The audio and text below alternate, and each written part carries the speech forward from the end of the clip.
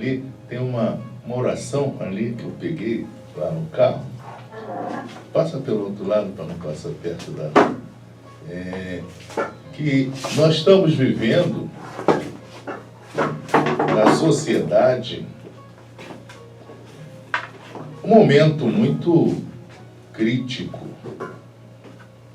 um momento em que as pessoas vêm adoecendo constantemente. É uma folha plastificada assim, tá dentro de um plástico. Então não tiver aí, tá no outro ali. Não, então tá na outra bolsa aqui. Bem, enquanto nós estamos... tá por aí. Isso, me dá aqui essa... Tá junto até com a Bíblia, que nós pegamos. Porque às vezes a gente fala assim, a Bíblia não é falar de religião. Não é falar de religião.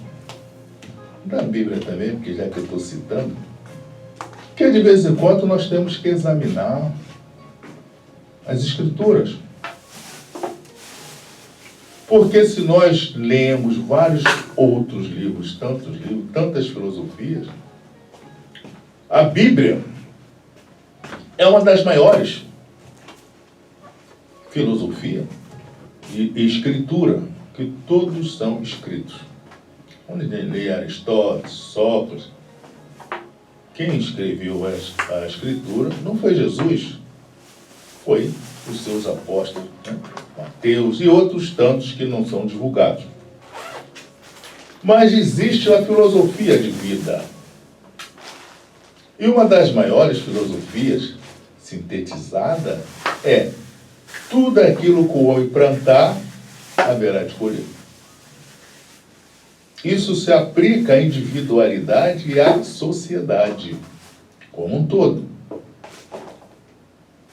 E uma das partes importantes na Escritura, reportado segundo os evangelistas, que fala o seguinte: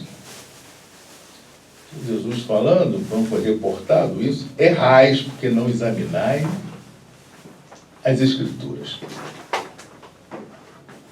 É importantíssimo isto, porque nós estamos vivendo esse momento, e não só isso, mas vários momentos, quando a gente fala hoje, agora, a sociedade ao longo desses milênios, não é dizer que ela tenha sido melhor.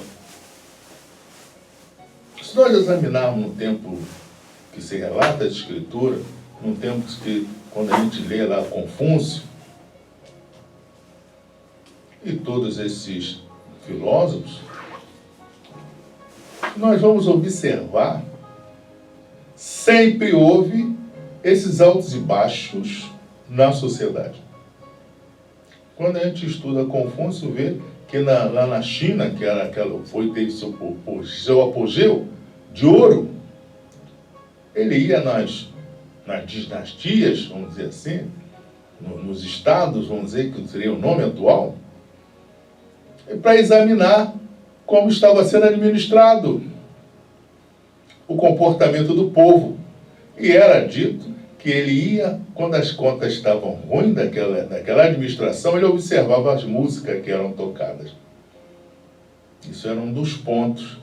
Aí ele chamava o administrador: olha, culturalmente, vamos melhorar essa questão cultural, as músicas. E depois ele voltava, tantos anos depois, para a prestação de conta. E quando mudava aquela questão da musicalidade, a administração melhorava. Então a gente vê uma das primeiras trabalhos de comportamento, eu como psicólogo tenho obrigação de me fundamentar naquilo que eu falo, pesquisar como é importante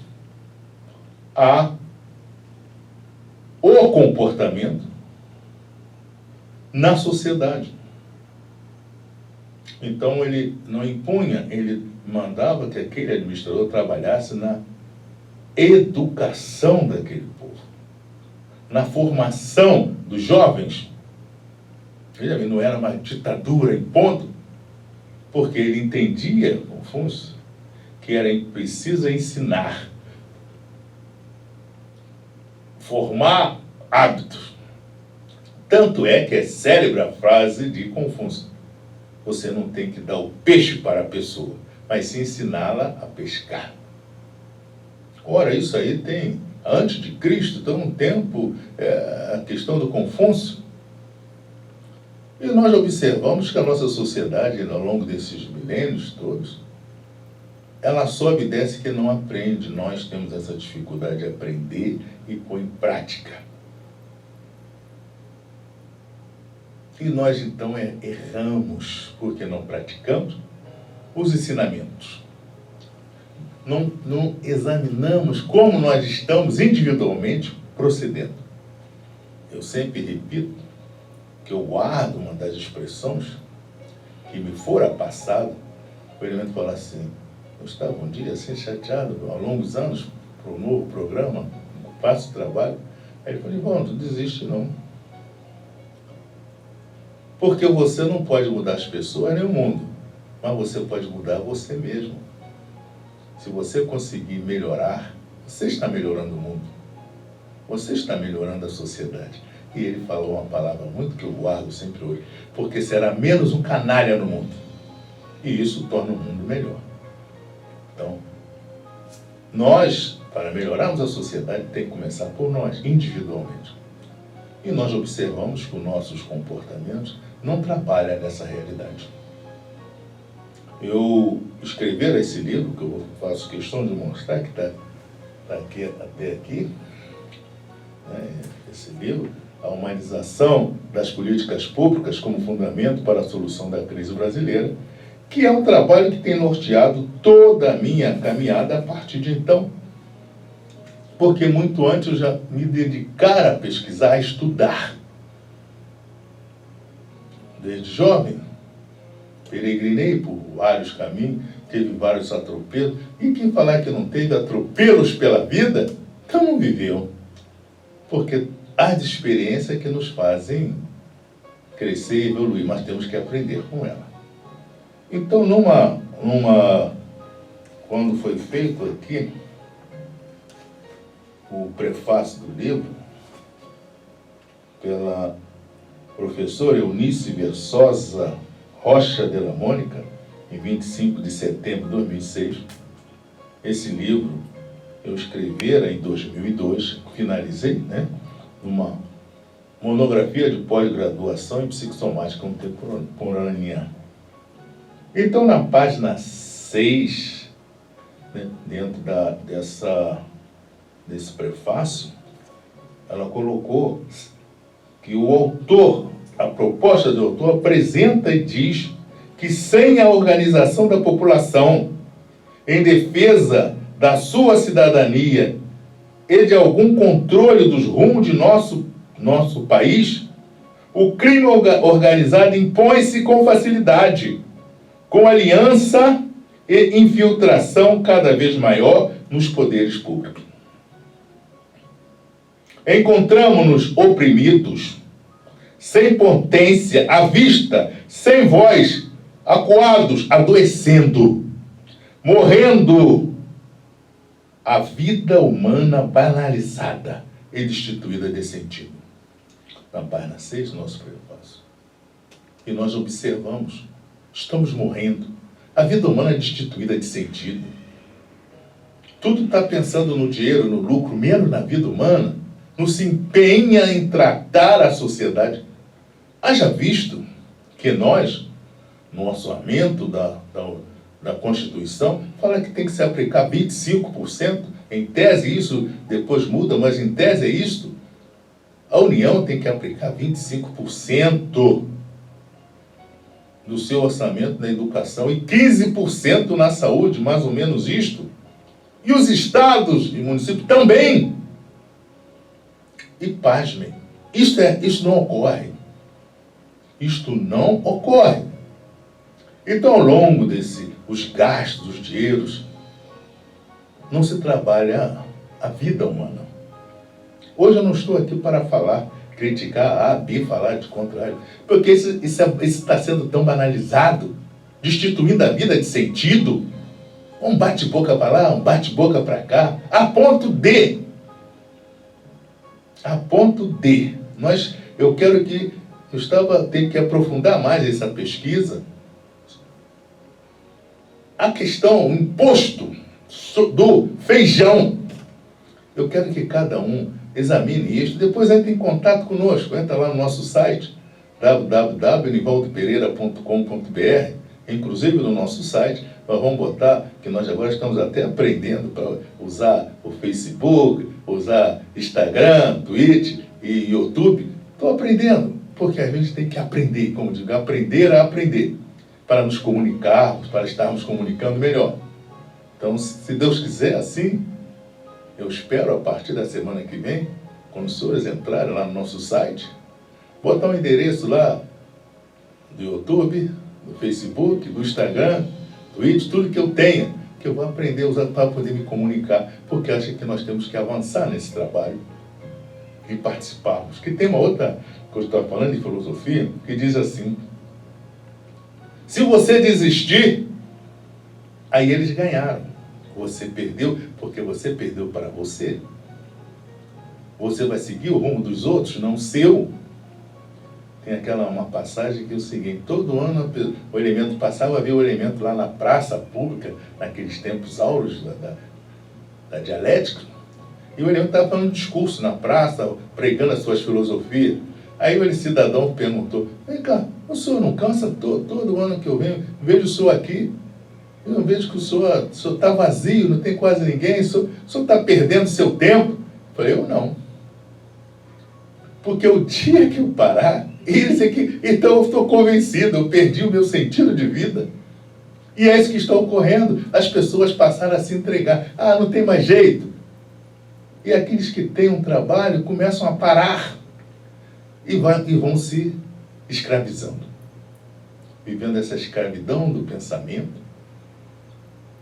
vivendo essa escravidão maléfica de si mesmo, porque perderam o mais importante. Que aí eu vou citar mais uma parte aqui das Escrituras, que diz, logo no início, quando Jesus, nas suas pregações, quando ele fala o seguinte: é impossível alguém amar a Deus se não ama a si próprio. Se a pessoa não se respeita a si própria, como é que ela vai respeitar a Deus? Como é que ela vai dizer que ama a Deus? Eu dou testemunho da verdade. Aí a pessoa entra lá no seu templo, seja o que for, então tanto nome de tantas coisas, mas não importa, é o ser humano, a pessoa. Eu dou testemunho, chega lá, dá testemunho, bota a lapela no peito, aqui, lá por lá, bota na cabeça, isto e aquilo, como até trago aqui o chapéu, até o seguinte, todo o seu segmento, mas não importa tudo isso. Toda vestimenta que você coloca representando isso, representando aquilo, mas é você. A sua pessoa que é importante. É você que decide o rumo da sua vida.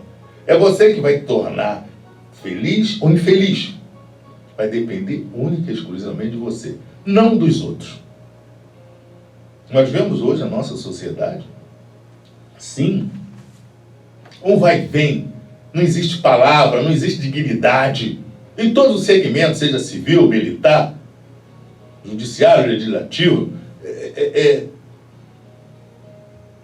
fala uma coisa hoje, outra amanhã, não tem postura. E uma das coisas em que a psicologia trabalha como psicólogo é que quando a postura influi na nossa mente,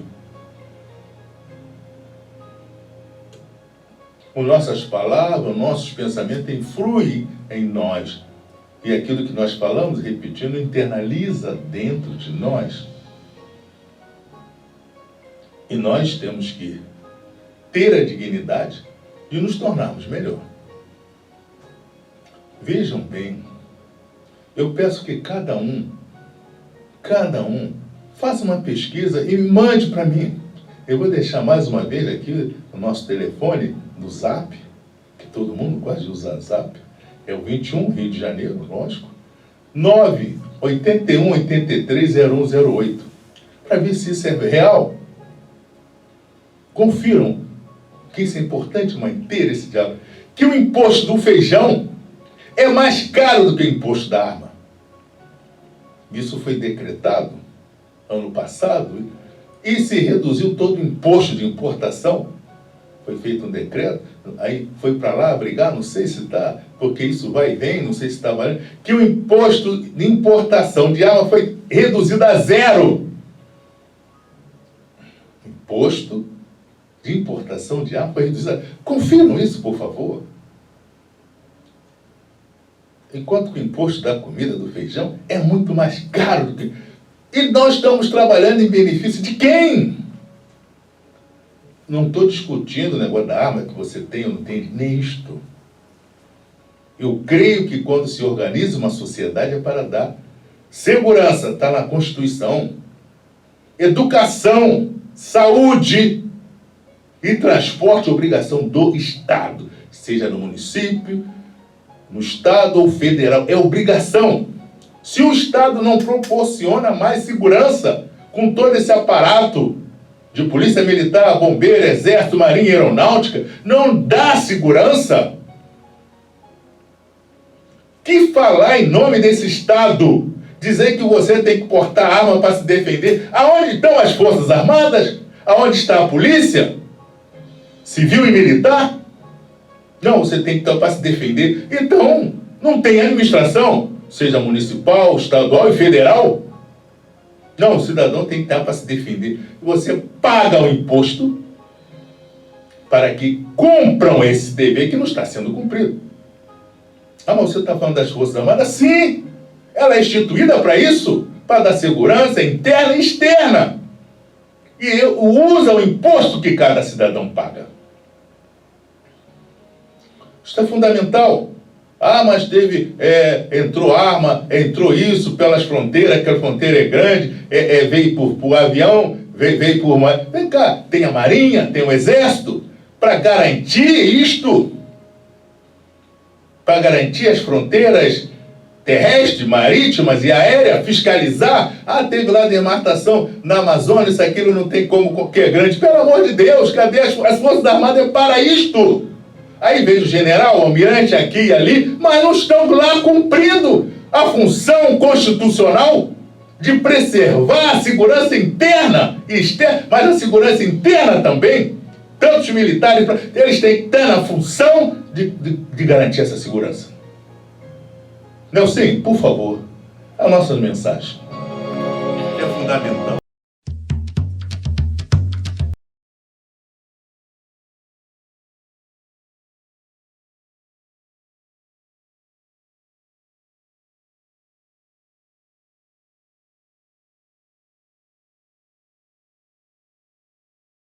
O programa O Incentivador e a ONG Clamor falam de cidadão para cidadão, de povo para o povo, desde o pedreiro, o mecânico, o engenheiro, o prefeito, o militar, o lixeiro, o artista, o deputado, o senador, a empregada doméstica, o presidente, o médico, o enfermeiro, o vereador, patrões, empregados e funcionários. Todos são cidadãos, e se cada um fizer a sua parte, o povo melhora, o Brasil melhora, o mundo melhora. Exercer a cidadania é viver a liberdade de amar e respeitar a si próprio e ao próximo, pois o direito de um começa onde termina o do outro. São os alfaiates. Sim, obrigado, Silvio. Hoje, dia 27 de fevereiro de 2021, nessa primeira parte desse programa, que nessa metade, porque esse programa vai para a televisão, e se hoje poderão, terça-feira, lá na canal 6 da NET, no Rio, ou então pelo site tvcrio.org.br, ver esta produção deste programa de hoje. Eu espero editar e colocar a partir de terça-feira. E também colocar no YouTube, no Facebook, Instagram, nas maioria das mídias, das redes, que eu estaria aprendendo, a gente se reinventando também. Mas quando eu falo dessa questão das Forças Armadas, do Judiciário Legislativo, que nós estamos lá, as pessoas, o militar tem uma pauta que deve ser elogiada, que é a verdade, ter dignidade e integridade. Isso é uma pauta do militar que nós vemos perdendo. O militar não pode mentir. E hoje nós estamos tendo péssimos exemplos de autoridades, generais, isto, aquilo, tudo mentindo. Meu Deus do céu. Nós temos que dar um basta nisso, porque tudo pertence ao povo. Nós temos que dialogar para encontrarmos um ponto. E eu vou fazer uma oração para que é importante nós refletirmos sobre isso. Vou ler a oração da prece de Cáritas. Deus, nosso Pai, que sois todo poder e bondade, dai a força àquele que passa pela provação. Dai a luz àquele que procura a verdade, pondo no coração do homem a compaixão e a caridade. Deus, dai ao viajor a estrela guia, ao aflito a consolação, ao doente o repouso.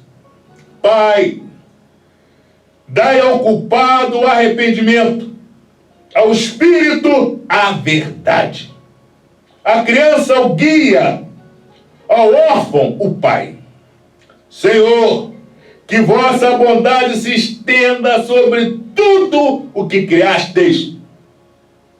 Piedade, Senhor, para aqueles que vos não conhecem. Esperança para aqueles que sofrem. Que vossa bondade permita aos espíritos consoladores derramarem por toda parte a paz, a esperança e a fé. Deus, um raio, uma faísca do vosso amor pode abrasar a terra. Deixai-nos beber nas fontes dessa bondade fecunda e infinita, e todas as lágrimas secarão, todas as dores se acalmarão. Um só coração, um só pensamento subirá até vós, como um grito de reconhecimento e de amor. Como Moisés sobre a montanha, nós vos esperamos com os braços abertos. Ó bondade, ó beleza, ó perfeição. E queremos, de alguma sorte, merecer a vossa misericórdia. Senhor, ajudai e aliviai a todos os que sofrem nos asilos, nos hospitais, nos hospícios e cárceres. Que uns sejam aliviados em suas dores materiais e outros fortalecidos e encaminhados nas forças espirituais. Deus, dai-nos força para ajudar o progresso, a fim de subirmos até vós. Dai-nos a caridade pura, dai-nos a fé e a razão, dai-nos a simplicidade, que fará de nossas almas o espelho onde se deve refletir a vossa santa imagem. Que Deus nos ilumine e nos dê paz e perseverança no cumprimento de nossa missão. Sim, cada um de nós, com nossas mensagens, sempre é repetido. Se cada um fizer a sua parte, o Brasil melhora, o mundo melhora. Porque é a partir de cada um. Que se a cada um melhora, deixará de existir menos, será menos um canalha que vive na falsa, como diz aqui, a caridade pura. Eu não tenho que fazer isso para agradar A, B, C. Eu devo agir dentro da dignidade, dentro da verdade, que tanto repete aqui. E esse exemplo, cada um de nós, em todos os segmentos, não tem dado essa dignidade. Principalmente os pilares de uma nação, que é a sua força armada. Não vem pautando a verdade, não vem pautando a dignidade. Obrigado, Senhor, por mais este programa com a graça de Deus.